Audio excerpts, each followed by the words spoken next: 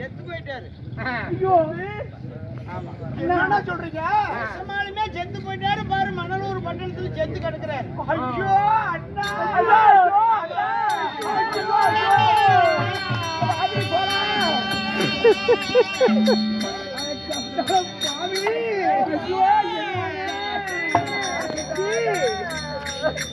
சாமி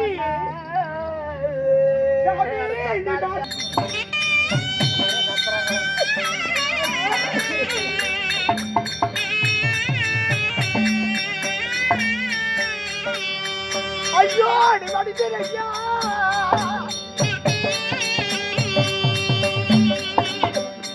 பாட்டு முல்ல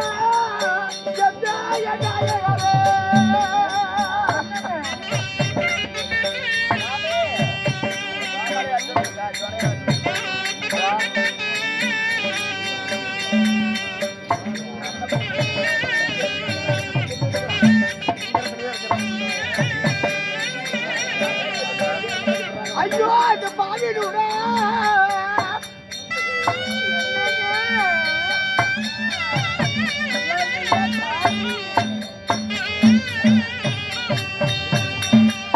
இந்த நாட்டுக்கு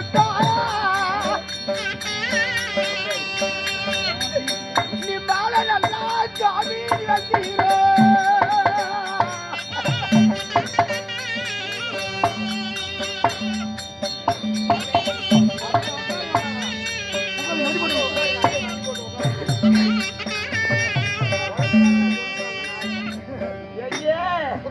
இந்த கோமாளி ஆளுக்காரதையா புண்டை நக்கறவன் கடக்கடைக்கு வாங்கி நின்றுட்டு இருக்கிறான் பாரு. அதாவது கேளுங்கள் மகாஜனங்களே, அதாவது அர்ஜுனன் என்பவரு தன்னுடைய மகன் கையால அவரு மாண்டுட்டாரு. ஏன்னா அவரு 886 வயது படித்த ஈஸ்வரை கொண்டாரு. எத்தனையோ சேனைகளை மடித்தாரு. அதாவது இத்தனைக்கும் அவர் உயிர் பார்க்காம ஒரு சின்ன பையன் கையில மாண்டுட்டாரு. அதனால அவர் யார் தெரியுமா? இந்திரனுடைய பிள்ளை. அதாவது உண்ணானப்பட்ட தேவகோபான் மைந்தன் தன் மகன் கையில மாண்டுட்டாரு.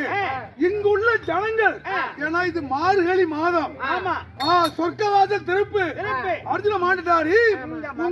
இந்த மகாபாரதமும் மார்கழி மாசத்துல தான் போர் நடந்துச்சு.